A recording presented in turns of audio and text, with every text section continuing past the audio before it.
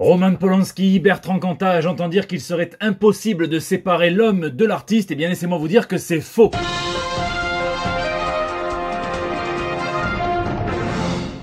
Et oui, si vous voulez séparer l'homme de l'artiste, séparer le violeur du cinéaste, séparer le cogneur du chanteur, eh bien c'est tout simple, ça s'apprend même dans les comics, et c'est Sentry qui nous fait un tuto dans les pages de Siège. Et si même Hulk est arrivé à comprendre la leçon, c'est que c'est pas si compliqué que ça. Quelques petites annonces avant de commencer, vous le savez, Comics Initiative m'a proposé de faire la préface de Caliban, ils font une campagne Ulule qui cartonne, donc Caliban et Rover Red Charlie, deux récits de Garth Ennis, et bien maintenant il y a un autre palier à 200%, donc dans une quinzaine de pourcents dans lequel vous avez un sous-boc à l'effigie du commis des comics, dessiné par Laurent Lefebvre, que je remercie, donc le créateur de Foxboy. Je vous laisse deviner les références et vous inquiétez pas, on peut très bien poser un verre de vin, un thé matcha ou même une infusion dessus sans problème. Je vous mets le lien de la campagne dans la description et même sans parler du sous-boc et des contreparties, les deux comics valent le coup rien que pour eux. Ce week-end, si vous êtes dans la région de Toulouse, on se retrouve au TGS où je serai sur l'Artiste Allée le samedi et le dimanche, donc on pourra papoter, échanger. Je vous proposerai de vous offrir donc le print de Bruno Bessadi, et le dimanche à 11h30 dans l'amphithéâtre le Hall 6, j'ai une conférence pour fêter dignement les 80 ans de Batman, donc j'espère vous y voir nombreux. Et enfin, deux lives, le premier c'est jeudi 5 décembre, c'est un Sculpturo Gaming, donc avec les poteaux de Nous Sommes des Héros, on va tester le jeu Don't Panic Game, Cryptozoic, Rick et Morty, Total Recall, on fera aussi un petit débrief de ce qu'on a déjà comme épisode de la saison 4 de Rick et Morty. On prendra des spectateurs en ligne, il y aura des lots à gagner aussi, donc voilà, venez, ça va être complètement fou. Et le jeudi d'après, le jeudi 12 décembre, on va passer la soirée en mode commissaire-priseur et vente aux enchères, puisque je compte couvrir cette vente dont je vous parlais il y a quelques JT, donc de vente d'originaux de comics qui sont purement magnifiques, avec du Jack Kirby, du Steve Ditko, du Brian Bolland, du Robert Crumb, plein de choses. Et le clou du spectacle, c'est du Bernie Wrightson avec la cover de Frankenstein qui est estimée entre 750 000 et 1 million de dollars. Évidemment, je ne serai pas tout seul, il y aura des guests, de toute façon, je vous en reparlerai dans les semaines à venir. Mais pour l'instant, ici, votre fidèle commis des comics, vous êtes dans l'émission qui fait le tour de l'actu de l'industrie du comic book et de ses dérivés. C'est le 220e JT Comics et tout de suite, sans plus attendre, on passe aux news de la semaine. Des égouts jusqu'à l'espace. Ça fait très titre de mixtape hip-hop underground, mais en fait, les sociétés Braskem et Made in Space se sont associées pour produire la toute première recycleuse imprimante 3D qui est destinée à aller dans la station spatiale internationale, donc dans l'espace. Ça permettra à la fois de recycler les déchets plastiques de la station pour en faire des objets qui seront utiles aux astronautes. Donc forcément, pour rendre façonnable le plastique, eh bien la machine est équipée d'une fonction déchiqueteuse, ça se dit shredder en anglais, et le concepteur est tellement fan des Tortues Ninja qu'il a appelé ça Oroku Saki, et donc le patronyme de Shredder, l'antagoniste des Tortues Ninja. Et ça a touché le co-créateur des Tortues, Kevin Eastman, qui a dessiné sur 3 plaques de métal Shredder, et ces plaques de métal seront fixées sur la machine qui partiront directement dans l'espace, et donc après Shredder in Hell, Shredder in Space. Haut en couleur. J'espère que vous voyez la vie en rose en ce moment. En attendant, je sais que Marvel et DC, eux, misent sur la couleur, et vous allez voir, c'est 2 projets, 2 salles, 2 ambiances. Le premier, c'est une toute nouvelle super-héroïne créée par DC, et donc dans leur gamme Young Adult, et donc elle est créée par Jennifer Muro, Thomas Krajewski et Gretel Lusky. Elle s'appelle Primer, un Washley Rayburn, et donc elle est la fille d'un criminel qui n'a pas hésité à un petit peu la sacrifier pour essayer de se sauver de la prison. Ça n'a pas marché, mais depuis elle erre de famille d'accueil en famille d'accueil, et elle tombe chez une famille d'accueil qui est composée d'un artiste et d'un scientifique. À eux deux, ils inventent une espèce de peinture qui permet de modifier la structure génétique pour donner des pouvoirs. Elle l'utilise sans savoir, et là commencent d'autres problèmes encore plus gros. Et puis Back to Black, non pas avec Amy Winehouse, mais plutôt avec le membre rocailleux des Fantastic Four, Ben Grimm, qui passera en mode détective noir, et donc impair et chapeau, pour résoudre un mystère qui sera sorti tout droit de ses cauchemars et de l'imagination de Gary Degan et de Ron Garnet. Vol au-dessus d'un nid de Cates. Tout commence sur Twitter, un utilisateur identifie Donny Cates dans un post où il dit qu'il habite dans un pays du tiers-monde, qu'il n'a pas forcément accès facilement aux comics, mais que toute la collection qu'il s'est constituée, il l'a d'abord lu en piratant. Et donc le point commun entre Donny Cates et Venom, c'est qu'ils ont tous les deux pas leur langue dans leur poche. Donc il a un petit peu bavé, Donny Cates. Il a dit qu'il a d'abord rappelé l'existence de Comixology, qui permettait un grand accès aux comics. Il a dit ensuite, est-ce que tu ne pourrais ne pas pirater mes putains de comics et ceux de mes amis par extension. Et puis il a dit, et si tu le fais, à la limite, ne m'identifie pas, enfin ne me le dis pas, quoi. Je crois que tout est dit, on peut pas opposer grand chose à cela. Il n'y a que dans l'art qu'on se permet de faire des trucs comme ça. Il viendrait à l'idée à personne d'aller chez un concessionnaire auto, par exemple, genre Tesla, pour tenter de repartir sans payer avec le truc moche le plus stylé que j'ai vu depuis cette dernière décennie. Tout ça parce que ce véhicule, un moitié camion 4x4, moitié fourgon de la Brinks, eh bien nous plaisait tellement qu'on le voulait, mais qu'on n'avait pas forcément les moyens de se le payer. Alors fuck it. Ça pose des vraies questions hein, sur nos modes de consommation, sur l'envie, la frustration que ça génère parfois. Enfin, ça pose il y a des vraies questions philosophiques derrière tout ça. Il y a beaucoup de créateurs qui ont rejoint le débat, soit en allant dans le sens de Donny Cates, d'autres des voix un petit peu dissidentes, comme celle de Dan Panosian, qui a fait l'excellent slot chez Delcourt, qui dit que bon, bah lui, ça le dérange pas tant que ça qu'on le pirate. D'autres comme Sean McKeever déplorent le fait que sa série soit annulée au numéro 14, ça s'appelle Outpost Zero, hein, parce qu'en gros elle comptabilise en tout dans les 40 000 vues, alors que rien que sur un site pirate, elle en est déjà à presque 70 000 vues. Ou encore Ted Brandt, qui ne comprend pas pourquoi est-ce que lui est ruiné, tandis que son comics, un Crowded, comptabilise près de 100 000 vues sur un site pirate. Bon, dites-moi dans les commentaires ce que vous pensez de cela. Le débat est lancé. C'est vrai qu'on ne sait pas par quel bout le prendre ce truc. À part si tu te dis que niquer DC et Marvel, c'est pas très grave parce que ce sont des grosses sociétés, eh bien c'est quand même prendre le risque de voir des séries annulées prématurément pour aller après qu'il n'y ait pas de ligne éditoriale stable et établie. Donc c'est compliqué. Bref, sans donner de leçons à personne, je suis pas en mesure de le faire. Eh bien je pense qu'on peut quand même affirmer assez froidement que pirater c'est voler, scanner c'est tromper. Et il y a une raison pour laquelle les mecs et les meufs qui trompent ne l'étalent pas sur les réseaux sociaux. 2X. Une news ciné et demie, je suis content parce que ça me permet de parler d'un artiste que j'aime beaucoup, Sam Keith, qui a travaillé sur Marvel Comics Present, sur le personnage de Wolverine notamment. Il avait un look très audacieux, très stylé. Il y avait tout un arc où il était avec Venom et ensuite il est parti chez Image Comics pour créer l'un des comics Image de la première vague qui se démarquait le plus en termes de style, ça s'appelait The Max. Avec 2X, justement, ça racontait l'histoire d'une créature qui naviguait entre deux mondes, le nôtre, bien réel, dans lequel il était plutôt affilié à la communauté sans-abri, et un monde plus sauvage, plus naturel, l'Outback. Et dans chacun de ces deux mondes, il avait une mission, mais je vous spoile pas si jamais vous voulez le lire. Il y avait déjà eu une série animée au milieu des années 90, et cette fois, c'est la société de production de Channing Tatum, l'acteur, qui va coproduire une adaptation live action de ce film. Alors on ne sait pas du tout si l'acteur jouera dedans ou non. D'ailleurs je sais pas quel film entre Gambit et la Snyder Cut sortira en premier. Et attention, il faut clarifier les choses. On a beaucoup parlé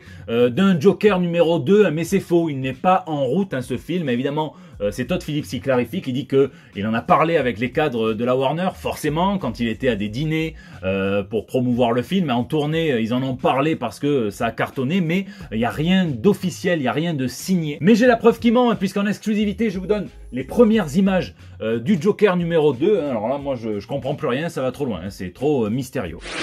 Des amours. On parle beaucoup d'Alan Moore en ce moment, entre la série Watchmen, entre son anniversaire, entre le fait qu'il ait pris publiquement la parole sur les réseaux sociaux de sa fille pour déclarer qu'il va voter et appeler au vote contre le parti conservateur et donc pour le parti travailliste. Il déclare que l'anarchiste en lui va voter pour la deuxième fois de sa vie. Il le fait pas par idéalisme pour les politiques. Il pense clairement qu'ils ne servent que leurs propres intérêts, mais il dit que des fois, il y a des leaders qui sont tellement nocifs qu'il faut absolument faire tout ce qui est en notre pouvoir pour les contrer. J'ai traduit intégralement son texte sur mon Twitter, si vous arrivez à le lire ici, sinon je vous mets le lien dans la description. Et sa fille Léa a déclaré sur Twitter à quel point elle trouvait le traitement médiatique qu'on réservait à son père injuste. On le fait passer pour un vieux fou qui chie sur l'adaptation des comics. On remet en cause son amour pour les super-héros, en ressortant à chaque fois la même interview de 2017. Elle a tenu à rétablir sa version des faits, dont voici quelques extraits. L'idée que cet homme qui aimait tant les histoires de super-héros qu'il a quitté son travail, ce qui était complètement fou à l'époque, les aimait au point de remplir chaque case, chaque bulle et chaque récitatif de cet amour afin de susciter chez les gens une réflexion et des émotions, afin de parler de sujets, afin de toucher les gens de la même manière que les super-héros l'ont toujours touché lui. Ça me semble fou. J'ai encore sa collection de comics Marvel, écornée à force d'être lue, avec amour. Il ne pouvait pas plus aimer les comics de super-héros, même s'il essayait. Jack Kirby était son idole, Steve Ditko était son idole, il a intégré l'écologie et la politique dans ses comics de super-héros. Il ne voyait pas d'opposition entre sa ligne de super-héros chez ABC, America's Best Comics, et ses romans graphiques acclamés et remplis de concepts ahurissants. Quand je lui téléphonais, il passait 3/4 d'heure à m'expliquer un passage cool de Tom Strong ou un autre truc intelligent qu'il avait fait et dont il était fier.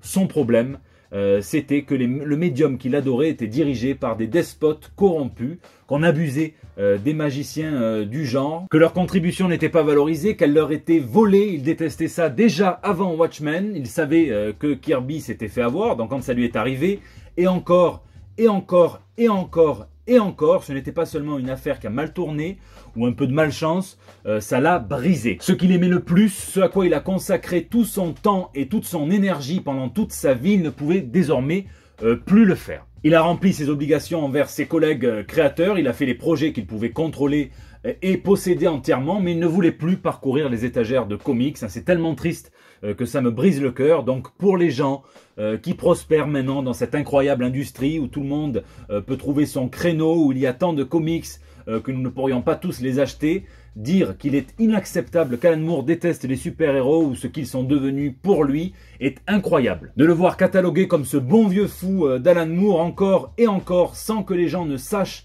ce qu'il a rendu comme ça, de voir les gens se moquer de lui alors que leur travail, leur industrie, leur médium a été en partie construit sur 40 ans de son dur labeur.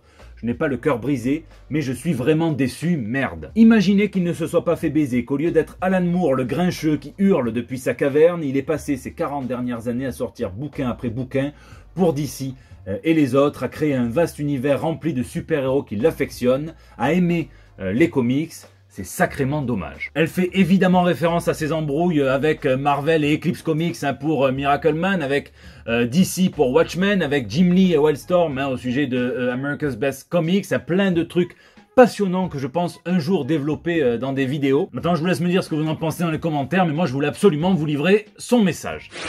Ultraman. Rien à voir avec un super-héros Rasta, hein, non, ça a été annoncé à la Comic-Con. Marvel s'associe avec Tsubaraya Production pour sortir des comics dans l'univers d'Ultraman. Et donc cette série dans laquelle eh bien, une entité extraterrestre va aider des terriens, des japonais à lutter contre les kaijus et les autres menaces. Il y a eu des tonnes de jouets, il y a eu du manga, du roman, du jeu vidéo. On parle quand même dans les années 80 de la 3e licence la plus vendue au monde. Hein, ça c'était avant Pokémon et Harry Potter. Et je tiens absolument à remercier Monsieur Safior, un fidèle spectateur qui m'a toujours soutenu et qui a pris de son temps donc pour m'envoyer un petit mail pour me dire que 2 séries Ultraman étaient disponibles en simulcast en France. Et donc Ultraman X sur la fusion entre donc un membre des forces spéciales et un Ultraman, et donc Ultraman R et B, rouge et bleu, qui raconte les aventures de Isami et Katsumi, hein, quoi à une lettre près on était de retour dans Ultraman X. Donc 2 frères hein, qui découvrent des cristaux capables de les changer en Ultraman, un rouge, un bleu, Pokémon, tu as compris. Il m'a pas parlé de la série Netflix, ça c'est mauvais signe. Quoi qu'il en soit, c'est Alex Ross qui réalise l'affiche de présentation du partenariat. On ne sait pas si ça va être un Conan de l'époque ou un Conan de maintenant, à savoir donc si l'univers va rester cloisonné sur celui d'Ultraman ou si Ultraman va devoir croiser les autres super-héros Marvel. Et merci Monsieur Safior. Lisez, lisez et lisez, mais avant je tiens quand même à remercier Amandine et le personnel de la bibliothèque de Contes où je me suis régalé mercredi dernier. On a fait un quiz et une conférence sur Batman.